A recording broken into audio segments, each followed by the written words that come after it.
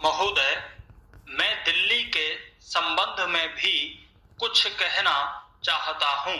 अब दिल्ली चूंकि केंद्र शासित क्षेत्र है और दिल्ली को केंद्र शासित क्षेत्र माना गया है, तो स्वभावतः दिल्ली वालों को यह आशा थी कि केंद्र से शासित होने से यहाँ पर उन्नति होगी और यहाँ के लोगों को कुछ सुविधा मिलेगी, संतोष प्राप्त होगा।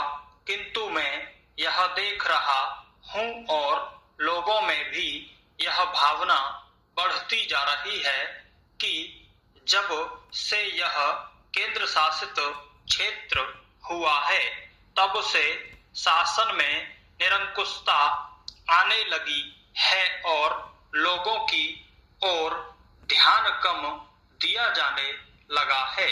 इसलिए मैं यह कहना चाहता हूं कि दिल्ली प्रशासन के पुनर्गठन के ऊपर पुनः जोर दिया जाना चाहिए और हो सके तो उसके लिए एक समिति बैठा दी जाए और उसके लिए सोचा जाए कि दिल्ली का प्रशासन किस तरह का होना चाहिए। मैं चाहता हूं दिल्ली के प्रशासन के संबंध में आप विचार करें। पैराचेज, भ्रष्टाचार के संबंध में यहाँ बहुत कुछ कहा गया है। मैं पुनः उसको दोहराना नहीं चाहता, किंतु इतना अवश्य कहना चाहता हूं कि आज देश में जनता का जो नैतिक स्तर है वह दिन प्रतिदिन गिरता जा रहा है।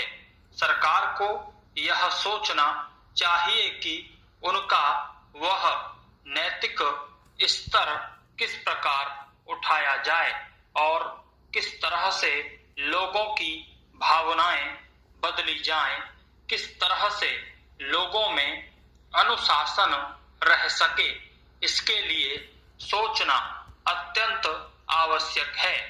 हम जब भ्रष्टाचार की बात कहते हैं तब यह तो सभी मानते हैं कि भ्रष्टाचार है और इसमें कोई दो राय नहीं है कि भ्रष्टाचार मौजूद है।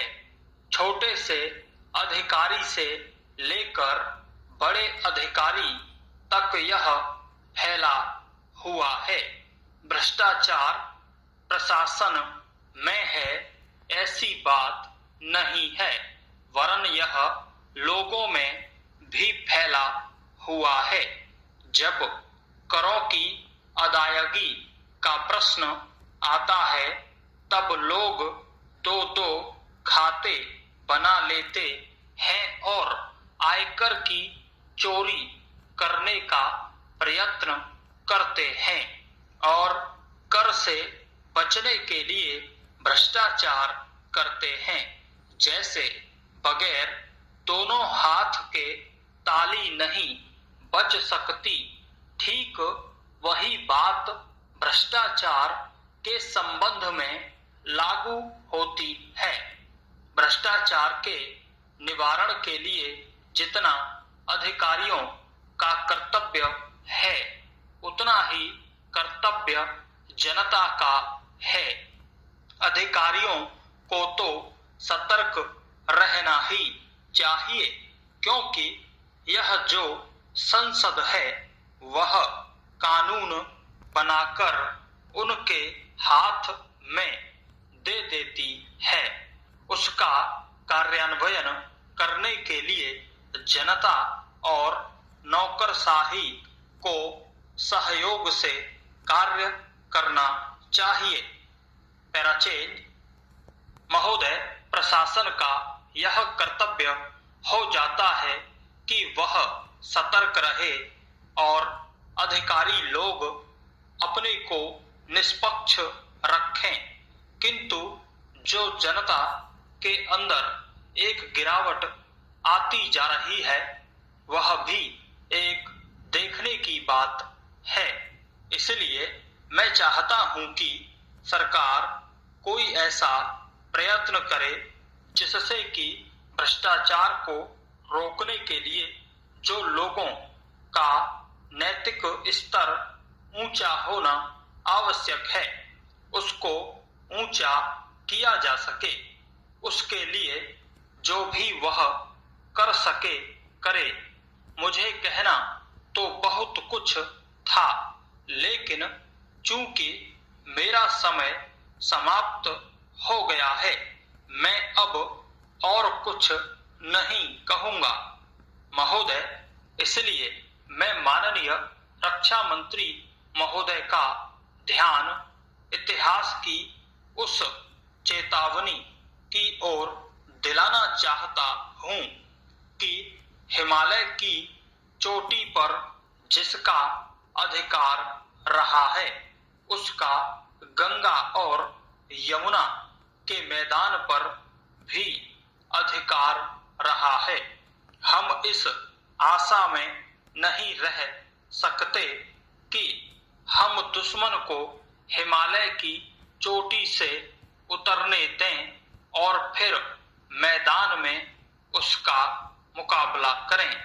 मुझे याद है कि कुछ वर्ष पहले प्रधानमंत्री जी ने बड़ी दृढ़ता के साथ यह कहा था कि हम हिमालय को दहेज के रूप में नहीं देना चाहते और यह नहीं कहना चाहते कि साहब आप टहलते हुए यहाँ आ जाइए। हम नहीं चाहते कि वहां पर कोई मुकाबला ही न हो। मैं समझता हूं कि अगर किसी भी सैनिक अधिकारी के दिमाग में अभी तक यह भावना है कि हम हिमालय की ऊंची चोटियों को छोड़कर नीचे मैदान में आकर युद्ध लड़ेंगे, तो उनको भ्रम में नहीं रहना चाहिए। यह एक घातक बात होगी, एक आत्मघाती नीति होगी। अगर एक बार चीन का हिमालय की चोटियों पर कब्जा हो गया तो चाहे वह बाद में नीचे हम पर हमला न भी करे, किंतु वहां से हम उसको कभी नहीं हटा सकेंगे।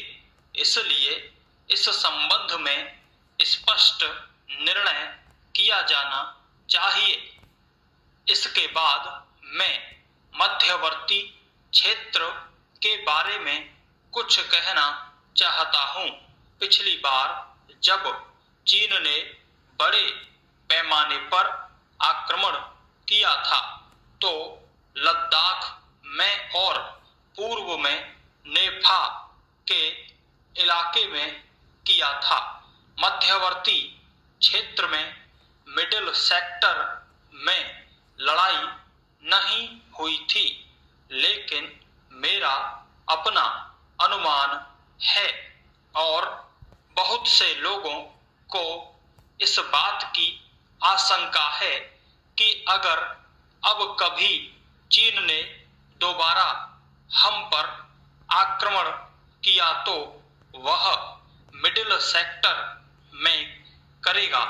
इसके कई कारण मालूम पड़ते हैं।